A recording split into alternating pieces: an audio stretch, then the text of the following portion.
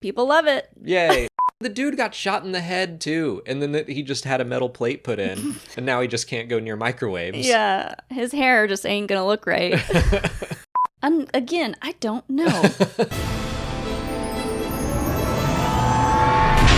What's up, everyone, and welcome to Last Week in Star Wars. I'm Alex. I'm Molly. And we went to a baseball game for the first time in, 18 years. Maybe not that long. I think no, not that long, but it's been a long time. Yeah. 16, 17. It's been a long time. A long time. We had been in that stadium before, but it was for a Lady Gaga concert. So I was glad to be able to go for a game, and it was Star Wars night, so we got a little R2-D2, or I guess he doesn't have a name yet. It's just Braves Astromech. Yeah, because he's Braves colors. And he's not really a bobblehead, he just swivels, which is fine with me. A swivel head. But yeah, it was Star Wars night, so we went and saw the Braves lose to the Cincinnati Reds. Not that badly. Blooper was there, and he had a Huttslayer Leia yeah, he had costume on. The gold bikini on, which was really funny. And then there were some lightsaber fights going on with the tool race that they do. Yeah. But otherwise, I was kind of disappointed with the amount of Star Wars stuff there. There wasn't a lot. Yeah, there wasn't a lot, but I do like this. This is a fun little Atlanta Star Wars thing. Yeah. I like that. We don't need a Star Wars excuse everywhere we go. But it helps. it helps to get us out of the house. It was fun either way. Really, I don't think we would have gone, but some friends invited us to go with them, and they have a 3.5-year-old boy, and he's getting very into Star Wars. And I tried to teach him how to say actually, which may not be the best idea. Mm-hmm. His mom might be mad at me if he starts to parrot that. Actually. Actually, mama. He kept saying it's not lightsaber, it's lightsaver. And I wasn't going to correct that. And we were like, you know what? You're right. Mm-hmm. We're wrong. But getting into the news, just as an excuse to keep talking about Andor, the headline I've seen going around is that Andor Episode 8 is considered to be one of the best TV shows of all time, TV episodes of all time, according to IMDb. I think it's 8 and 9, but I think 8 was the one that was starting to make headlines. But yeah, people love it. Yay. Yeah, I kind of laugh. It's IMDb. It's all user scores. It doesn't really matter, but... You can be a professional on there, though. You can on Rotten Tomatoes, too. Yeah. But, yeah, I'm saying, it's still just user reviews, but still great that, one, it's getting such high reviews from people, and two, the amount of reviews people are wanting to talk about the show a lot. Yes. It's been nice, very nice to see the response to these episodes. I mean, I've been patiently waiting to get here ever since they mentioned Gorman back in season 1. I was like, oh my God, we're going to do it. Yeah. Yeah, I'm really happy to see it getting the praise that it deserves, and fingers crossed for award season, because I think some of the performances in this arc are Emmy worthy. 8 and 9, performances, writing, my fingers are crossed for Mothma's the Death of Truth speech. I mean, that was another thing. I was like, not only are we going to see the Gorman massacre, and not only did Tony Gilroy and team make it something that it was kind of a footnote in reference books and stuff, and now it's something so real and so painful. And not only was I excited for their interpretation of that, but I was like, we're probably going to get Mon Mothma's speech. And they delivered on that too. So I was just all around very happy. We got a speech. We'll talk about the speech. Yeah, we'll talk about the speech is. We'll get to that in our Last Week in Canon talk. Yeah. But right now, it's just, let's keep talking about how amazing Andor is. Would you agree? Is it peak Star Wars, as a lot of people are throwing around out there? I like to be contrarian sometimes, and I don't want to... A lot of times I'll just not want to go along with what everyone else is saying, but I can't do it this time. I really can't find much of an excuse to not say that this is some of the best Star Wars content that we've ever gotten and might ever get. I don't want to say that too soon, but just the way it's written, even though some of the events in this arc were expected, the way we got there, the way it's been kind of woven into the story, and how it connects all of these characters is like so well done, so well orchestrated that, like, I don't know. I can't think of any other Star Wars that is that good at doing that. I mean, Rebels, to me, Rebels also has like some of the best Star Wars writing in it. So that would be a close second for me. Well, it's, yeah, I mean, like, I like seeing people run around being like peak Star Wars, and like, but it's like a little hyperbolic, but I don't mind when people are just very enthusiastic.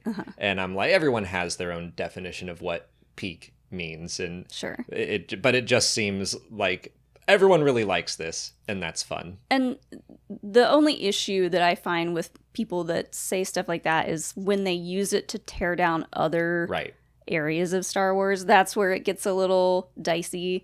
That's where I roll my eyes, yeah. Because I don't want that to happen. Because, like, we make the food analogies all the time. Like, Star Wars is a buffet, and, like, Andor is over here in the steak and potatoes. We've got, like, appetizers and everything in between. So there's something for everyone. Yeah. And I think I'm stealing this from Ken Knapsack at Force Center, but he talked about how, like, he doesn't like coleslaw, but that doesn't mean it should be taken out of the buffet. Or yeah, like, and I love coleslaw. Right. Or for me, I'm like, I can't stand sweet potatoes. And I know, like, that seems to be an unpopular opinion. Do not like them. But hey, everyone else, you should eat as much sweet potato as you want. Yeah, they're a big deal at Thanksgiving. Everyone seems to like sweet potato fries. That was kind of a big thing at one point. Yeah, but it would be weird if someone said sweet potatoes are peak foods and you're an idiot for disliking them. Now I'm hungry. I mentioned being hungry, and now I'm like thinking about food. In some quick book news, we got a fairly exciting announcement that we are about to officially move into the post episode 9 world. Technically, I think we've gotten a handful of, like, comics, very small stories. There have been the Lego specials that moved beyond the Rise of Skywalker, but I think this will be the most significant, definitely canon thing that they put out, and it's called Star Wars The Last Order.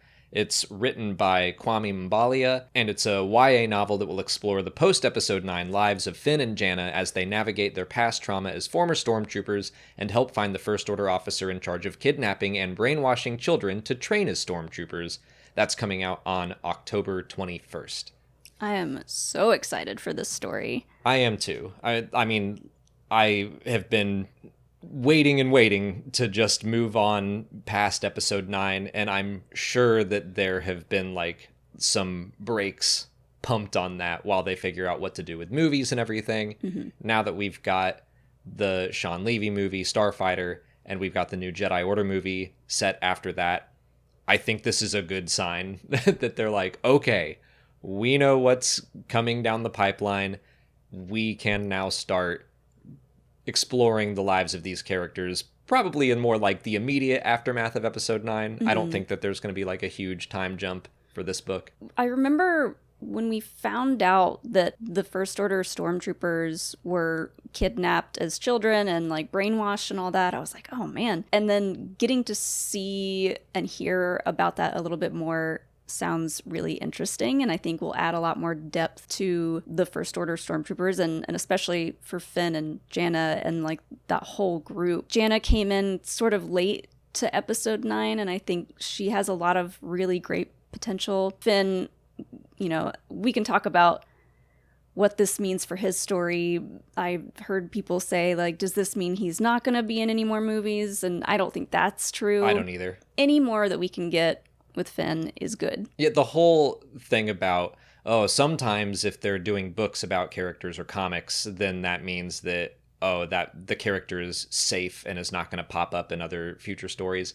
But if this is taking place in the immediate aftermath of episode 9 or close to it, the new Jedi Order movie is 15 years later. Yeah, we have 15 years to play with. I think there's plenty of room to tell a Finn story here, and then that movie might not come out until like 2028. So, like, oh god, yeah, I know. So I think that it makes sense that we can have a Finn movie here, or a Finn book if Rey got a book here, it's not like, oh, all of a sudden she's not going to be in the new Jedi Order movie. Yeah.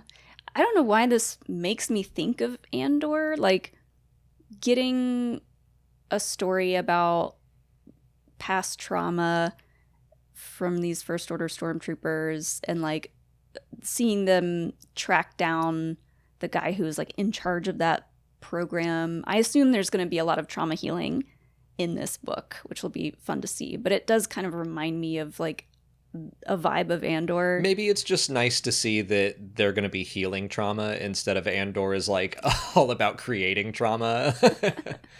That's true. Bix healed a little bit of her trauma by killing that guy. Yeah. I'm really excited to see, speaking of Finn and everything, like, will he have any element of the Force? Is this going to be, how far beyond episode 9 is it going to be?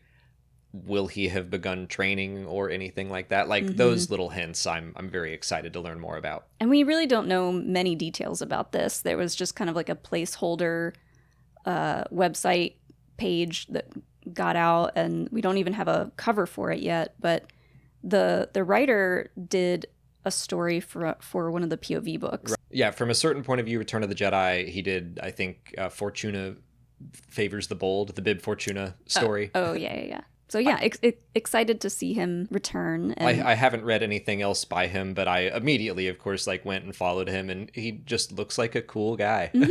A lot of fans who felt like Finn really got sidelined throughout the sequel trilogy. Hopefully they will get excited for this book and read it and talk about it. Yeah, it also, with the whole Stormtrooper rebellion, not rebellion necessarily, but like looking into that more, that was something that I know we were thinking, oh, episode 9 could do this and really explore the idea of like the brainwashed soldiers, and it didn't. So this is something that I definitely think is worth exploring in Star Wars. It kind of reminds me of Bad Batch too.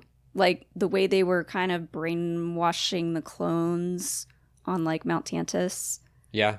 I mean, the whole First Order Stormtrooper program was based partially on the clones and the fact that they were raised from birth. And Hux says that as well. Like, my troopers are trained from birth to be warriors. And yeah, like this is a heavy subject. I think that they brought that up in The Force Awakens and then didn't really touch upon it ever again. And it's like, we're just going to keep blasting these stormtroopers. And it's like, it feels a little different. Yeah. What I would love to see is the actors doing the voices for the audiobook. Oh, that'd be rad. I don't know I think that's a stretch. I think maybe it is a stretch. I don't know. I would really love that. Sometimes it happens. Yeah. But I think that would be kind of a long shot. Well, I'm putting it out into the universe so that maybe there's a chance. Make this your best season yet with nutritious 2-minute meals from Factor. Eating well has never been this easy. Just heat up and enjoy, giving you more time to do what you want. Factor powers your day with satisfying breakfasts, on-the-go lunches, premium dinners, and guilt-free snacks and desserts. With 45 weekly menu options, you can pick gourmet meals that fit your goals. Choose from Calorie Smart, Protein Plus, Keto, and more. I've personally tried several weeks' worth of Factor meals, and they're perfect for fitting lunch into my busy schedule. I cook breakfast in the morning, and Molly and I cook dinner together in the evening, but finding time for a good lunch has always been a struggle for me. Factor is simple and quick to prepare in the microwave or oven, and the meals taste good. I usually choose their Protein Plus meals that come with chicken, pork, or beef. They taste good, and they're quick to make, and they definitely feel like a step above a standard microwavable meal. Get started at factormeals.com/StarWars50off and use code StarWars50off to get 50% off plus free shipping on your first box. That's code StarWars50off at factormeals.com/StarWars50off for 50% off plus free shipping. Moving into last week in canon, we are going to talk about Tales of the Underworld more in the Q&A segment. I figure people have watched that and don't need to be told what happened or what went on, and we also already did a review about it. Also, Wayseeker and A Valiant Vow came out this past week. We're not going to talk spoilers about Wayseeker since it's a brand new book, and I also haven't finished A Valiant Vow yet, so can't really talk about that. So we're going to jump right back into Andor first and then cover comics. But Andor, I do think there are some canon things worth talking about. I've seen a lot of people talking about the Rebels speech and those connections. Some worried that Rebels may have been like retconned a little bit. I don't really view it that way, but how did you view Mon Mothma's speeches? I didn't think it retconned anything. I also don't know her Rebels speech by heart, so like it wasn't something that I was worried about. I think the big confusion is coming from there's a little bit of like a snippet of the speech that they watch on the Ghost. Yeah. And I think that is the Senate speech. The messaging of it all is the same, where she is denouncing Emperor Palpatine and blaming him for the Gorman massacre. Okay. I think that's more the sticking point. And then people have said, well, maybe what they see on the Ghost is the second speech, but I already did a video on this. It came out yesterday when you were watching this, but I think that hologram and Mon Mothma's Senate speech are the same speech. Yeah. And then the second speech that Erskine and Draven reference, that's her above Dantooine rallying all of the rebel cells to become the Rebel Alliance. Right. That's how I'm viewing this. Just because they didn't have the exact lines from Rebels in her speech in Andor, they were cutting in between several different people while she was giving that speech. Maybe she did say it and they just didn't show it in Andor. Here's my headcanon, is that if you really are bugged, ultimately it does not bug me that the lines aren't exactly the same, because they were written a decade apart. Mm-hmm. I think it's way more important to give Genevieve O'Reilly and Mon Mothma like a really hard-hitting speech, and they delivered on that. Yeah. The messaging is still basically the same. So in broad strokes, I'm okay to just pretend that whatever they watched on the Ghost is the same speech. Mm-hmm. But if it really bugs you that they don't use the exact same words and that she's not wearing the blue, then I think we could say that the Empire doctored what she said to make it seem a little less intense. And we do know in Star Wars Rebels that they would doctor Palpatine's appearance in his rare appearances in the Senate. So if they can do that, because he's not looking good, right? Because he looks like an evil monster. So if they have that ability, then they would also have the ability to doctor what Mon Mothma wore and said. That is an interesting headcanon, because we see them scrambling to turn off the access to this feed, and they can't do it in time. And so because they couldn't get rid of it then, it would make sense for them to try to doctor it, because people know it happened. So it would make sense for them to try and doctor it after the fact to seem a little less intense. And yeah, I think that's a good point, that it all got out into the galaxy.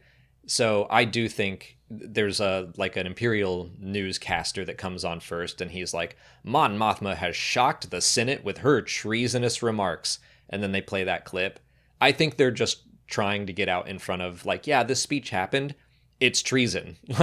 Don't talk like this. It's treason. I think they're trying to get out in front of it and warn people to not listen to this. Don't talk like this. Mm-hmm. It's bad. Yeah. But yeah, the second speech that is mentioned, I believe, is the one that she gives above Dantooine. And they talk about Gold Squadron and everything. So to me, it all lines up well. Mm-hmm. That they want to, give her a full Yavin escort. They're going to kind of pretend that the fact that she just barely got out of the Senate and we needed to send an assassin in to get her out, and he murdered 2 people on the way. Mm-hmm.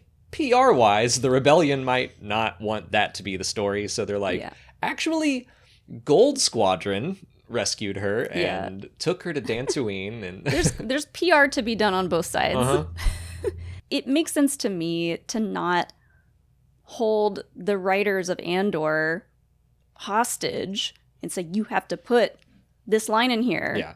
You have to. That shouldn't be the case. We can be a little more loosey-goosey with that kind of stuff and let the writers, who have done a fantastic job so far, keep doing their job.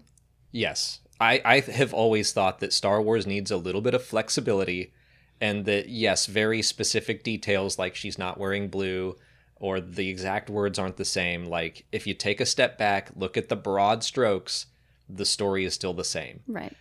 Now let's talk about something where I can't use that excuse and talk about the K2SO origin.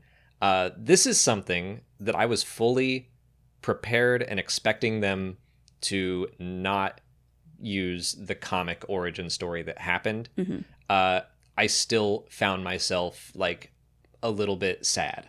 Even though I was expecting it, I was like, I feel like this is the end of an era where, yeah, I cannot say like, well, if you take a step back and look at the broad strokes, the stories are the same. Nope, not at all. Like, This is a fully new story that has swept aside a comic. Mm-hmm. And so this is definitely a different situation. It also just kind of feels off. I think they knew they had to bring K2SO into this somehow, and the amount of intensity going on in these episodes, I think it just kind of like broke that a little bit. Not necessarily when Cassian makes the decision to take a KX droid, because we see him watching those droids and you know he's thinking like, man, what if we had something like that on our side? So I get the idea, but like tacking his birth scene at the end of episode 9 just kind of like threw me off a little bit. I don't know. It felt kind of weird that as soon as Bix leaves, Cassian's like, well, who am I going to hang out with now? Here's my new friend, you know. I think that I might have felt a little different about it if it hadn't happened so late in the season. Right. Like, I'm a little that too bummed that, yeah, we're only going to get one arc with K2 in it. And I say a lot, but I love stories where we get to watch friends become friends. Yeah. Like, I love that Poe Finn scene when they're escaping. It's so good. And so I feel like we're not going to get that because of the year time jump. Mm-hmm. So I'm like, we could have had like just more prolonged origin story for K2, but it's happening late in the season. Oh, well. And yeah, like I just have to mourn that fact that we're kind of probably back to canon tiers. Like, comics and books, they mean a whole lot to me as a Star Wars fan who grew up with especially the books in the 90s. And that's back in the time where there were definitely canon tiers. And when they made all that Legends, I think the intent was to not have that anymore. Mm-hmm. And now, even though I didn't even really like that comic, and even though I was expecting this to be changed, I'm like, well, I think canon tiers are definitely back. Like, the books and comics are canon until someone does something different. Need them to not be. Yeah. I absolutely understand the precedent that was set back when they decided all this other stuff is Legends. Everything we do from now on is part of the canon timeline. And then going back on that for little tweaks makes sense to upset some people. And also to kind of go back to your point about, like, I do not think that Tony Gilroy and team should have been like required. Like, this is the origin story. It's like, well, I mean, Tony Gilroy worked on Rogue One. Mm-hmm. Like, he has like a level of ownership as well. That's true. And so the fact that we had this one-shot comic that came out 8 years ago, and they certainly didn't know Andor was going to happen at that time. And like, it's too much. I fully understand. And I think it was the right choice to give K2 a new origin story. Mm-hmm. But it's more like the whole overall like idea of having the canon tiers be back. I'm like, oh. Yeah. When did that comic come out? 2017. So yeah, it's been quite a while. And also, to be clear, I like this origin story more. Yeah. But I do want to point out that I feel like there is always a way to kind of look at this stuff in a different light. And I really, while I was kind of going through my own kind of acceptance process, someone on Reddit, username Omni, suggested that this is basically the same idea as Cassian's homeworld being changed from Fest to Kenari. Mm-hmm. That a reference book said he was from Fest, And then we learned, no, he's from Kenari, but they used Fest as a cover story. I was like, that's such a fun, creative way to nod to what was established, but change it. And so Omni suggested that the Gorman Massacre origin for K2 is what happened, but Draven says, we're striking all of this from the record. Like, we're not going to talk about this. So if now they have this K2 droid and people start to ask questions about where it came from, mission to Wakeko. Yeah. We've got it. They have their cover story of how Cassian and K2 met, and they can point directly to the comic. Yeah. So that's some fun headcanon that if Lucasfilm came out and just said, hey, yeah, like that's how it is. That's a cover story now, then I'll be like, great. And it makes sense because of the Draven line that you mentioned. So yeah, I like that this headcanon kind of is similar to the Mon Mothma idea of like, well, yeah, there's a reason why the Empire would want to change this a little bit. We also got 4 new comic issues this past week. I'm going to try to get through them fairly quickly. We got 2 for Free Comic Book Day. One was a half issue featuring the Young Jedi Adventures kids on a scavenger hunt. It was cute, but nothing big for canon happened there. There was a big, cute purple animal in the comic. Something that looks scary at first, but then they realize it just wants some snacks. Yeah. So if there's one thing you can count on when it comes to the Young Jedi Adventures is cute animals. And the art was done by friend of the channel, Andy Duggan, and I always get excited to see that. So good work, Andy. The Marvel Free Comic Book was a collection of 3 short stories that all led into their ongoing series. So we got one for Legacy of Vader about Vinay being a little freak. We got... Oh yeah, I flipped through that one and I flipped to the page where Vinay is like thanking Vader for choking him, which is a choice. Yeah. I won't get into that, but... I was surprised he said, thank you, Daddy, but he just says, like, thank you, Lord Vader, for the lesson, or something like that. May I have another? No. There was one story about Jedi Knights with Qui-Gon Jinn and Tensu Run, who's from the Inquisitors comic, so that was a fun little connection. And then the last one was a little prelude into Star Wars issue 1, so I figured we'll just go straight into that. This week, we had the first issue of the rebooted flagship Star Wars title by Alex Segura, and it was good. I was really happy with it. Alex Segura also wrote the Battle of Jakku comics, and I didn't really vibe with them. I felt like they were just doing a lot in 12 issues. I wish that they had time to spread that out, but I think they were trying to get comic readers caught up so they would understand what was happening post Jakku. Yeah, I remember talking to you about that one, being like, when does the actual Battle of Jakku happen? And it's like in the last couple issues. Last pages of the last couple issues. Yeah, they cover an entire year of the timeline, basically, in 12 issues. And there's a lot of characters that are bouncing around. It was just kind of hard to keep track of it all. Well, some of those characters are in this issue, so they were basically being like introduced, a little soft launch in the Battle of Jakku. I'm sad that I haven't read this issue yet because Just a lot going on. I was really excited, but yeah, like it sucks that it has to go up against Andor coverage, but it's ongoing. It'll outlast the last season of Andor, so I'll get to it. Yeah, and this issue I think introduced a bunch of different storylines. So we got one about Luke and Rin Zanat, who was from the Battle of Jakku comics. They're running around investigating some pirates that are attacking New Republic shipments. Han Solo and Byler Valance are like buddies now, and they're teaming up and hunting some new criminal organization. Fun. Which I really liked seeing them together because they were enemies when they first met, and then kind of frenemies. And then through a misunderstanding, Han thought that Byler was trying to kill him.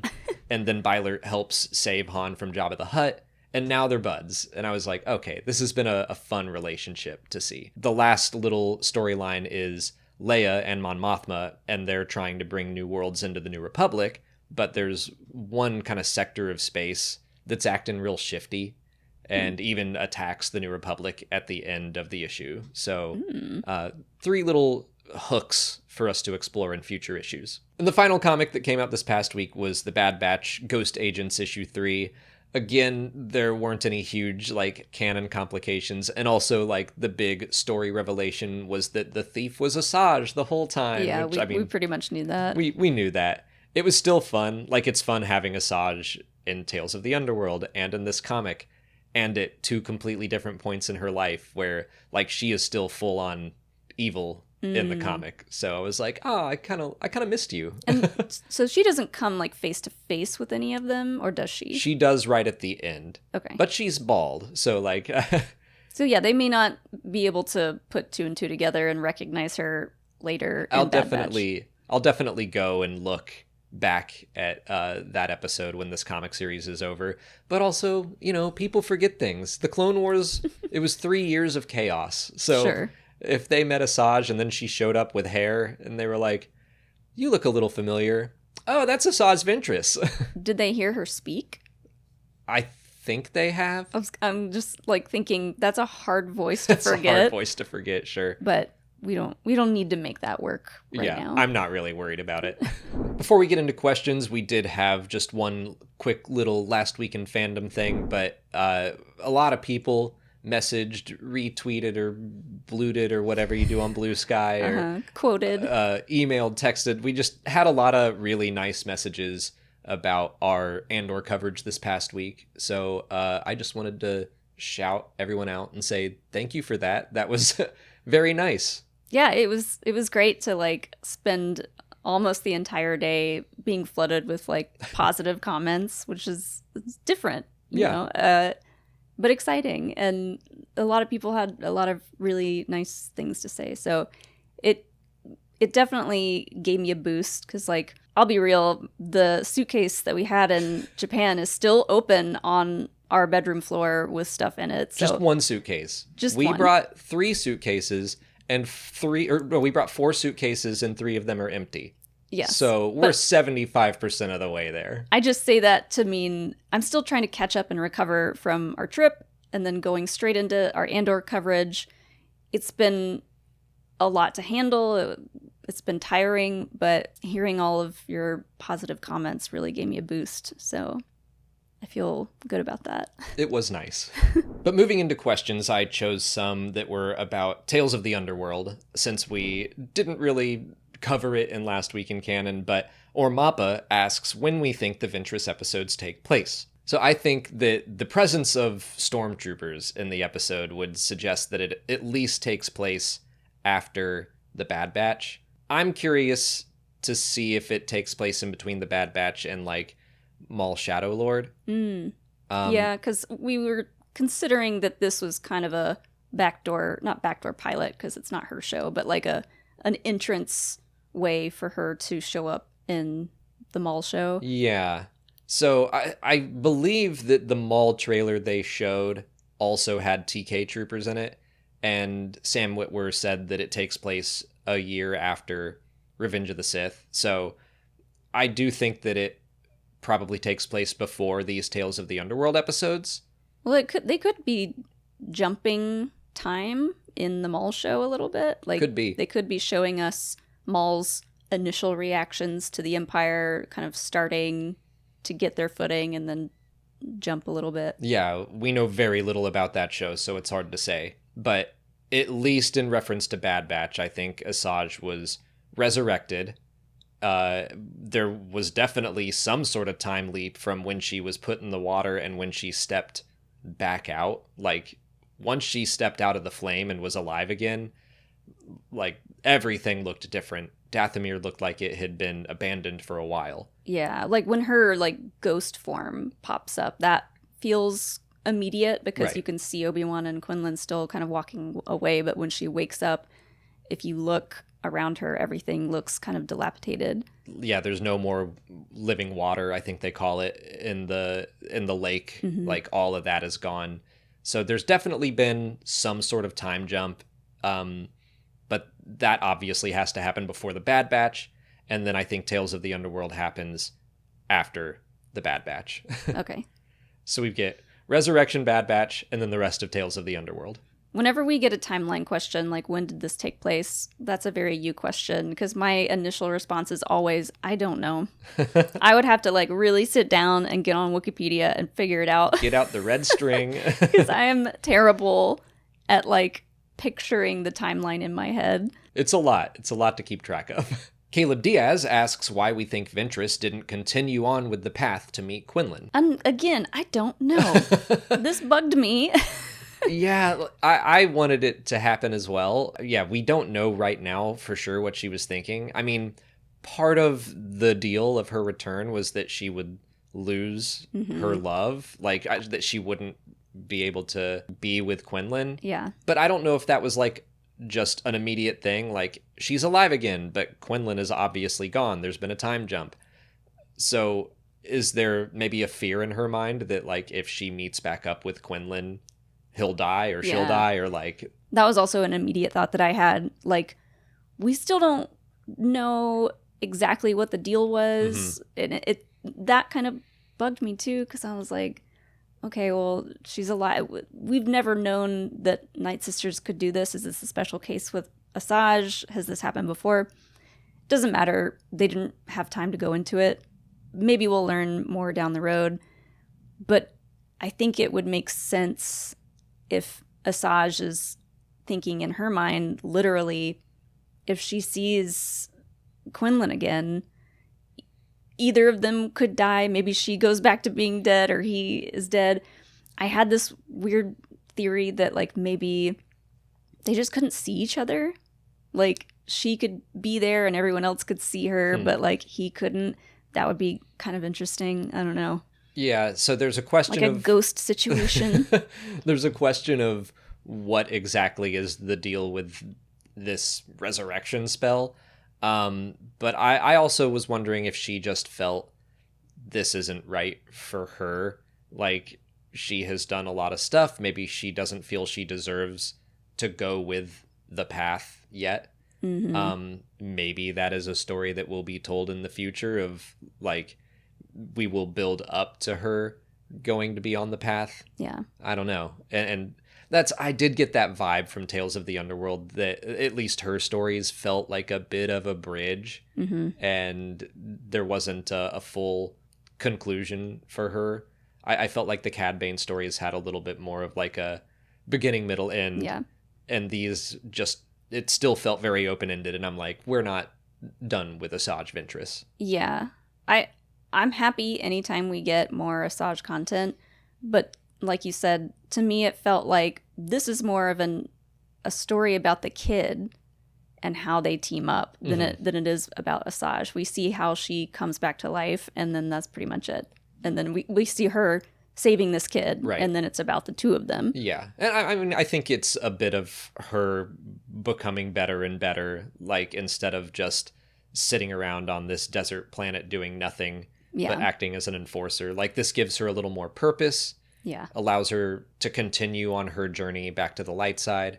It also shows us how people who have done bad things can either help the next generation and lift them up, or completely traumatize the next generation, literally Cad Bane's own son. And like, I liked this to see those two kind of parallels. Asajj is helping this kid, and Cad Bane is like, nah, I'm gonna kill my friend who is the... raised my son, and then turn my back on my son. And right. That was such a sad scene. Yeah. I mean, that was like, the Cad Bane episodes I felt were fairly predictable, but like my heart was still pounding. Like, don't do it, man. Don't kill. Like, I knew he was gonna kill his friend. Yeah. But still. I've never called myself a fan of Cad Bane. I've always thought he was kind of a cool character, but that arc just made me really hate him. He kept making so many bad decisions, and I hate to see that just happen consistently when everyone is like trying to convince him otherwise. I think your next generation observation is good, because I did not think of that. But the Tales of series is always kind of told to mirrored stories of like Ahsoka and Dooku both leave the Order, and Dooku just gets worse, but Ahsoka eventually comes back. Right. Morgan Elsbeth and Barriss Offee both join the Empire, Barriss eventually realizes, nope, I got to come back, and Morgan just keeps going down that path. Yeah. And this is Cad Bane and Asajj joining the underworld, and it's interesting that this time it's like Cad Bane's kind of introduction to the underworld versus Asajj and her leaving it. Yeah. But yeah, also, I kind of saw it as Asajj starts with no family and ends with Lyco. Cad Bane starts with I can't remember his buddy's name, but then ends with, like, he could have had a family, but he has nothing. This happens so often in Star Wars. We see characters trying to convince other characters, like, it's never too late to start doing the right thing, to start being good. And Asajj learns that lesson and does the right thing eventually, and Cad Bane does not. He does not learn that lesson. He thinks he's stuck in the bad place, and he just has to, like, double down on it. And we even see it in the Book of Boba Fett. Like, he is still doing that, where Boba Fett has turned his life around, and Cad Bane just is like, nope, I'm going to shoot Cobb Vanth. And yeah. No. And we'll never forgive him for that. That's just another thing that makes us hate him. Boy. He's been on my naughty list for a while. If he comes back from being shot, which a lot of people theorized, I got words. Okay, I do actually have a thought about that because, Boba Fett stabs him with the gaffi stick, and he had, like, a little light come on, and people are like, he might still be alive. I do think it's interesting that Cad Bane shoots his buddy twice. Like, I don't remember if Duros have two hearts or something, but, like, if Cad Bane shot him in each heart, and, like, Cad Bane can survive off of one heart. Yeah. Well, he only got stabbed in one. Do we know if Cad Bane has some sort of system going on? Maybe. I mean, the dude got shot in the head, too. And then he just had a metal plate put in. And now he just can't go near microwaves. Yeah. His hair just ain't gonna look right. He doesn't have hair. That's why he wears the hat. Kind of going back to the Next Generation, Dina Fox asks if we think we'll see Lyco again. Oh, yeah. Yes. I don't know if they were gearing up for them to have, like, their own spin-off show, or if we'll see him with Asajj in the Maul show. But either way, I think there's got to be a reason why, other than wanting to pair Asajj up with someone from the Next Generation and show her helping someone, I think there's always a solid chance of seeing them again. Yes. And I also think that if it's the Maul show or something else, that I guess there would have to be a bit of a time jump, which maybe Maul Shadow Lord will be like Andor, and every season covers, like, a year or two, or, like, we could get all the way from the start of Crimson Dawn down to Kira or whoever abandoning him on Malachor. Yeah. We don't know. But yeah, I do expect that Asajj Ventress and Lyco will return, and I'm glad about that, because I did really like Lyco. I thought their dynamic was super fun. Him saying that Asajj was old, that was great. Yeah, I'll be interested to see how much of the Asajj stories could fit into the Maul show, because now I'm thinking maybe down the line, years later, Asajj and Lyco do eventually part ways because Lyco wants to go join the path, and Asajj might be like, I still don't feel like I'm good being a part of that. Maybe we'll see that play out, and the kid will just work with the path, and then we'll see Asajj go in a different direction and Maul. Well, I love that you brought up something that I just hadn't considered and, like, haven't really gotten out of my head about how similar Maul and Asajj are. That they were both Sith apprentices. They were both cast aside by their masters. They were both thought to be dead and miraculously came back. Taken in as children. So, and they're both Dathomirian. Mm-hmm. So, yeah, we're in this time where they're both trying to figure out what to do. And I just think it makes a lot of sense for Asajj to pop up and be a counterpart to Maul. Yeah. Not, like, on his team so much, but just maybe she could try to talk some sense into him, and obviously he won't listen. Right. Just another one of those parallels of, like, two very similar people with similar stories showing how one can heal and live a better life, and how the other Maul is just like doubling down constantly on getting revenge. But the idea of Asajj being in that show, them mentioning the path and Tales of the Underworld, I just kind of feel like those will be story elements to Shadow Lord. Mm-hmm. I don't know for sure, obviously, but it does seem like they are building to something. Yeah.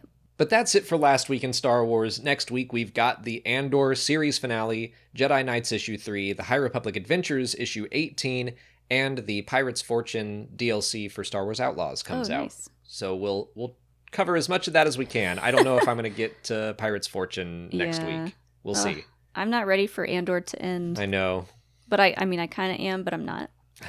Until then, please like this video, subscribe to the channel. Follow us on Twitter, Instagram, Facebook, TikTok, and Blue Sky. And consider checking out our Patreon page. As always, thanks for watching, and may the Force be with you.